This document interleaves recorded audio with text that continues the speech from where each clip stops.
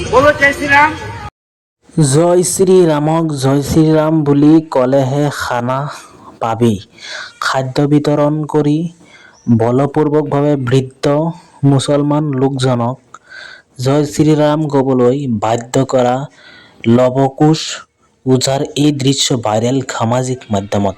আপোনালোকে ভিডিঅ'টো সম্পূৰ্ণ চাই আপোনালোকে মতামত জনাব। ভাৰতৰ কোনখন সংবিধানত লিখা আছে যে এজন মুছলমান মানুহে আন এটা ধৰ্মৰ এনেকুৱা ধমনী দিব লাগিব? আচলতে এই ভিডিঅ'টো আপোনালোকে যিমান পাৰে শ্বেয়াৰ কৰিব আৰু ভিডিঅ'টো যিমান পাৰে আপোনালোকে এবাৰ চাওক। बोलो जय श्री राम। जय श्री राम। जय श्री राम। जय श्री कृष्ण। जय श्री राम।